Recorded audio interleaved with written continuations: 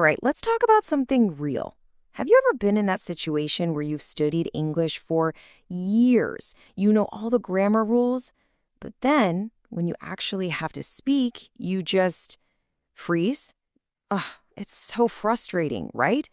There's this huge gap between knowing the language and actually using it.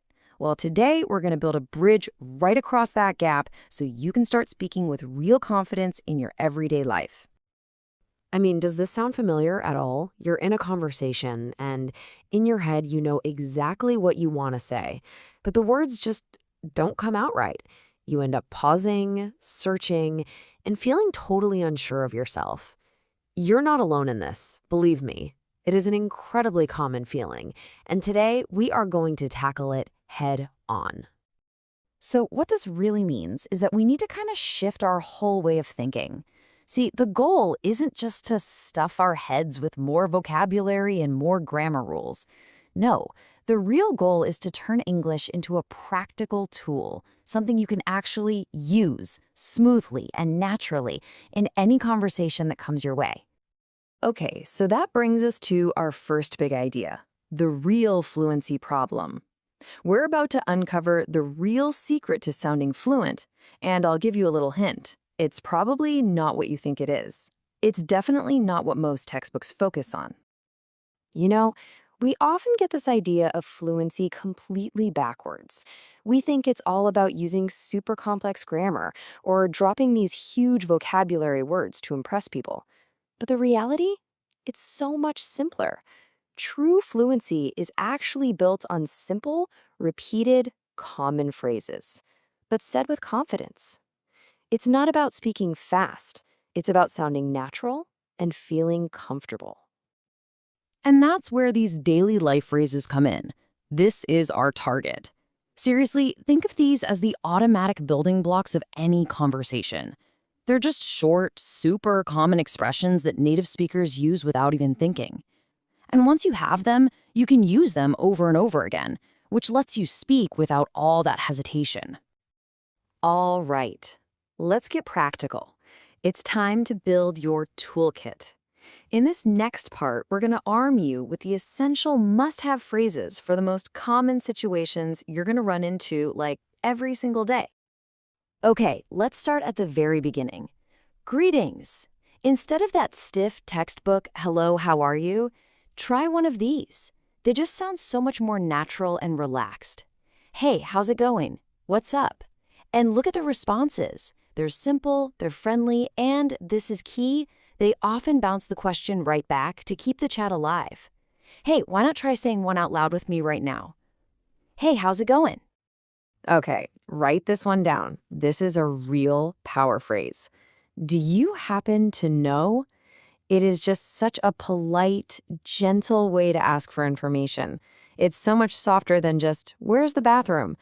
And trust me, you will hear fluent speakers use this constantly when they're asking for help in a store, on the street, pretty much anywhere. Think about ordering coffee. It can be stressful, right? But look how simple it becomes when you just break it down into a little phrase-by-phrase script. It's a smooth, three-step process. Hi, can I get? That's step one. A large iced tea, please. Step two. To go. Step three. Boom, done. You can use this exact formula for almost any order. It's predictable, it's clear, and it sounds totally confident. Okay, let's shift gears a bit and talk about the workplace.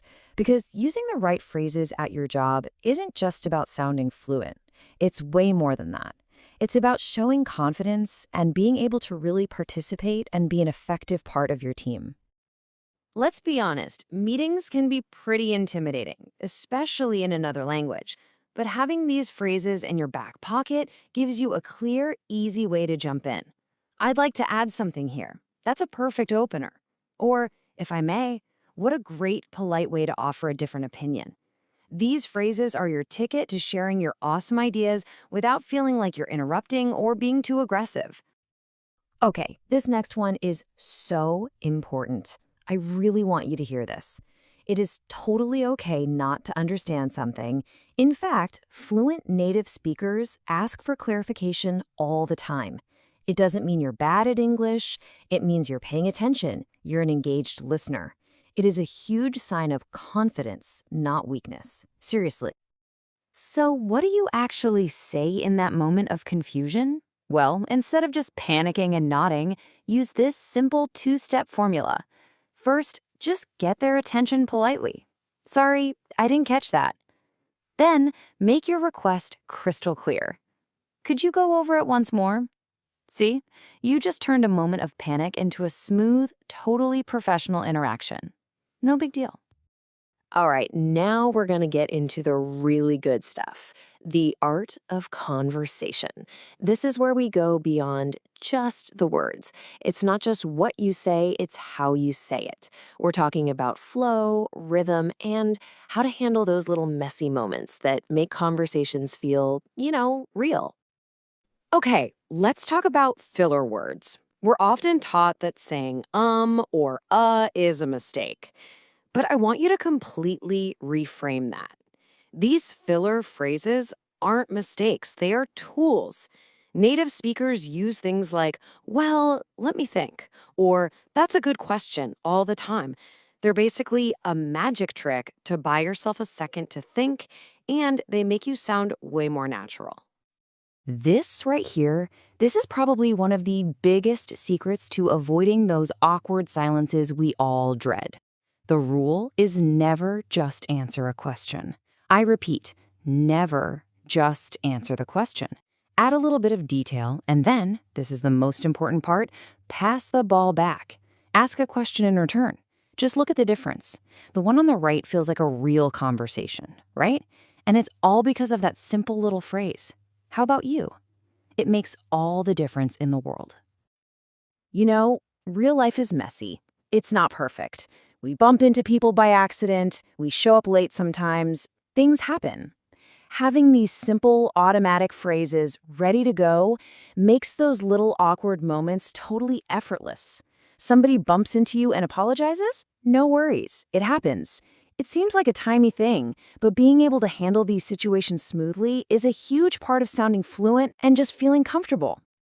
Okay, so we've got the tools, we've got the mindset, we have the techniques. Now for the final and maybe the most important piece of the puzzle. How do we actually make this stuff a habit? How do we get our brains to do it automatically? Let's break it down. And here's the best part. You're going to love this. It doesn't take hours and hours of boring study. All it takes is 5 minutes. That's it. Just 5 consistent minutes every single day is literally all you need to start building a habit that will completely transform your confidence when you speak. So here it is, your simple 5-minute daily plan. Number 1, narrate your actions. I know it sounds a little silly, but just talk to yourself in English while you're making coffee. I'm pouring the water now. It gets your brain warmed up. Number 2, practice shadowing. Find a short audio clip of a native speaker and just try to repeat what they say right after they say it. It's the best way to catch the natural rhythm.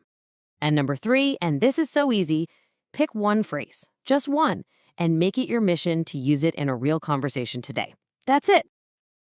So, as we're wrapping up here, I want to leave you with this one big thought.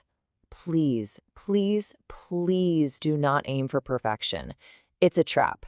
Instead, aim for consistency. Every single time you practice, even if it's just for 5 minutes, you are building that fluency muscle. Real progress doesn't come from being flawless. It comes from showing up every day. So, I'm going to leave you with a challenge, a question to take with you. Now that you're armed with all these new phrases and this new way of thinking, I have one question for you. What conversation will you start today?